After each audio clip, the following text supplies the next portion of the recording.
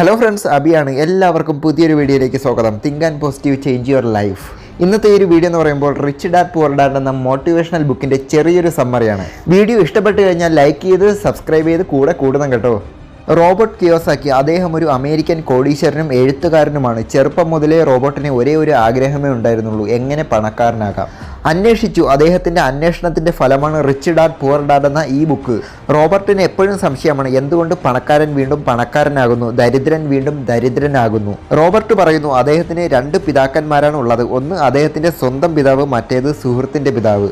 സ്വന്തം പിതാവിൻ്റെ വിദ്യാഭ്യാസം PhD ആണ്. അദ്ദേഹത്തിന് പണമിടപാട് എന്ന് കേട്ടാലേ ദേഷ്യമാണ്. ക്രെഡിറ്റ് കാർഡ് ബില്ല് പോലും ബാക്കിയാക്കിയാണ് അദ്ദേഹം മരിച്ചുപോയത്. എന്നാൽ സുഹൃത്തിൻ്റെ പിതാവ് അഥവാ റിച്ച് ഡാഡ്, അദ്ദേഹത്തിൻ്റെ വിദ്യാഭ്യാസം 8ാം ക്ലാസ് വരെ മാത്രമാണ്. എന്നാൽ അദ്ദേഹം ഹവായിലെ തന്നെ ഏറ്റവും വലിയ പണക്കാരിൽ ഒരാളും. ഇതെങ്ങനെ സാധ്യമാകും? രണ്ടുപേർക്കും പണത്തെപ്പറ്റി വ്യത്യസ്തങ്ങളായ അഭിപ്രായങ്ങളാണ് ഉള്ളത്.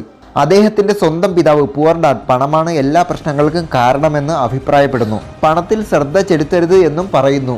എന്നാൽ റിച്ച് ഡാഡിന് പണമില്ലായ്മയാണ് എല്ലാ പ്രശ്നത്തിനും കാരണം എന്ന അഭിപ്രായവുമാണ്.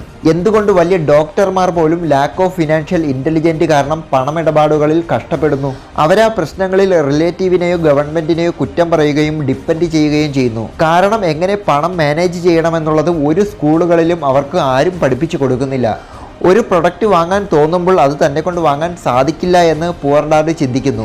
എന്ത് ചെയ്തു കഴിഞ്ഞാൽ തന്നെ കൊണ്ടത് വാങ്ങാൻ സാധിക്കുമെന്ന് റിച്ച് ഡാഡ് ചിന്തിക്കുന്നു. അദ്ദേഹം പറയുന്നു, അത് വാങ്ങാൻ സാധിച്ചില്ലെങ്കിലും തൻ്റെ തലച്ചോറിന് അത് നല്ലൊരു വ്യായാമമാകും. എങ്ങനെ അത് വാങ്ങാമെന്ന ഈ ചിന്ത. രണ്ടുപേരും നന്നായി പഠിക്കാൻ വേണ്ടി പറയുന്നുണ്ട്. എന്നാൽ പുവർ ഡാഡ് നന്നായി പഠിച്ചാൽ നല്ല ജോലി കിട്ടുമെന്നും, റിച്ച് ഡാഡ് ഫിനാൻസിനെ പറ്റി നന്നായി പഠിച്ചാൽ മാത്രമേ ബിസിനസ് തുടങ്ങി ധാരാളം പേർക്ക് ജോലി നൽകാനാകും എന്നും പറയുന്നു. പുവർ ഡാഡ് പണമിടപാടുകളിൽ എപ്പോഴും സേഫ് ആകണമെന്ന് പറയുന്നു. റിച്ച് ഡാഡ് റിസ്ക് എങ്ങനെ മാനേജ് ചെയ്യണമെന്ന് ആദ്യം പഠിക്കണമെന്നും അഭിപ്രായപ്പെടുന്നു. പുവർ ഡാഡ് മറ്റുള്ളവർ സമ്മാനമായി നൽകുന്ന മെഡിക്ലെയിം, ബോണസ്, സമ്മാനങ്ങൾ തുടങ്ങിയവയിൽ ആനന്ദിക്കുന്നു. എന്നാൽ റിച്ച് ഡാഡ് സ്വയം പര്യാപ്തമായ ഫിനാൻഷ്യൽ പ്രോഫിറ്റുകളെ കുറിച്ച് മാത്രം ചിന്തിക്കുന്നു.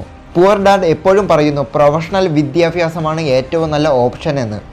എന്നാൽ റിച്ച് ഡാഡ് പറയുന്നു, തൻ്റെ ഓഹരികൾ താഴുമ്പോഴും താൻ കൂടുതൽ പഠിച്ച് കൂടുതൽ അറിവ് നേടി വീണ്ടും പുതിയ വലിയ കോടീശ്വരനായി മാറുമെന്ന ശുഭാപ്തി വിശ്വാസം ഉൾക്കൊള്ളുമെന്ന്. റിച്ച് ഡാഡ് പറയുന്നു, ലോട്ടറി അടിക്കുന്നവർ, സ്പോർട്സ് പേഴ്സൺ, ഇവരെല്ലാം പെട്ടെന്ന് തന്നെ പണക്കാരനാകുന്നു, അതുപോലെ പെട്ടെന്ന് തന്നെ ദരിദ്രനുമാകുന്നു. കാരണം ഇവർക്ക് ഫിനാൻഷ്യൽ ഇൻ്റലിജൻറ്റ് ഇല്ലാത്തതാണ്. അതിനുവേണ്ടി പഠിക്കുക. പണമെന്ന വാക്കുള്ള എല്ലാ പുസ്തകവും പഠിച്ചുകൊണ്ടേയിരിക്കുക. നിങ്ങളുടെ അറിവാണ് പണം. മറ്റുള്ളവർക്ക് ജോലി ചെയ്യുന്നവർ ഉണരുക, ജോലി ചെയ്യുക, ബില്ലടയ്ക്കുക എന്ന കാറ്റഗറിയിൽ നിന്നും പുറത്തു വരില്ല. അവർ ബില്ലടയ്ക്കണം, EMI അടയ്ക്കണം, ബോസിൻ്റെത് നല്ല പേര് വാങ്ങണം എന്ന ഭയം കൊണ്ടും ഇമോഷണൽ കാരണങ്ങൾ കൊണ്ടും ജോലി ചെയ്തുകൊണ്ടേയിരിക്കുന്നു. പണക്കാരനാവുക എന്നാൽ മരം നടുക എന്ന പോലെയാണ്. നിത്യവും വെള്ളവും വളവും നൽകി കാത്തിരുന്നാൽ പണമാകുന്ന തണൽ അത് നമുക്ക് നൽകും.